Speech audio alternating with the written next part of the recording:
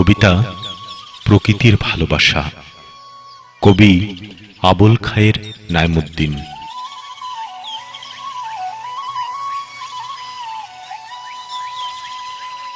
ওগো প্রিয়া, চলো দুজনে ঘুরে আসি পাপুয়া রাস্তা দিয়ে একেবারে কালোয়াই পর্যন্ত। দেখেছ কখনো সেখানে দক্ষিণা বাতাস কত মনোরম? তোমার নীল পাতলা শাড়িটা পরে নিও, প্রকৃতির সাথে তোমাকে মানাবে। দেখবে বাতাসে তোমার বসন উড়িয়ে নেবে, চুলগুলো এলোমেলো করে দেবে, বারবার আঁচল টেনেও পারবে না।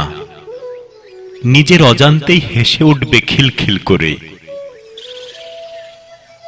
পাখির কলকাকলিতে তুমি শিহরিত হবে, তোমার সব কষ্ট গ্লানি মুছে যাবে। তোমার রূপ দেখে রাস্তায় চলমান যুবকেরা হতচকিত হবে।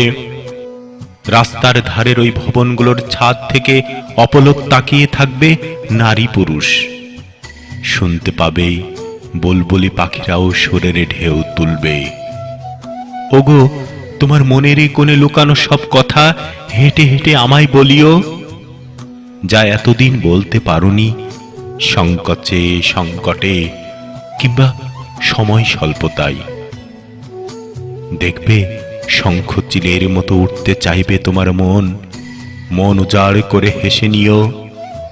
রাস্তার উত্তর পাশে সবুজ প্রকৃতি আর রঙে রঙে রাঙানো ভবনগুলোর সাথে দক্ষিণের খোলা হৃদয়ের মাঠ, সবুজ ফসল, পানির ঢেউয়ের পর ঢেউ তোমার মন কাড়বেই।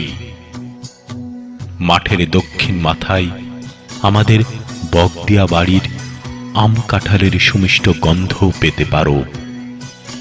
কখনো মনে হবে ফসলের মাঠ নয়, যেন বিশাল সমুদ্র। এখানকার বাতাস যদি একবার তোমার দেহে ঢোকাতে পারো, দেখবে তোমার কোনো রোগ বালাই থাকবে না। কোনো দিন ভুলবে না এ দৃশ্যের কথা।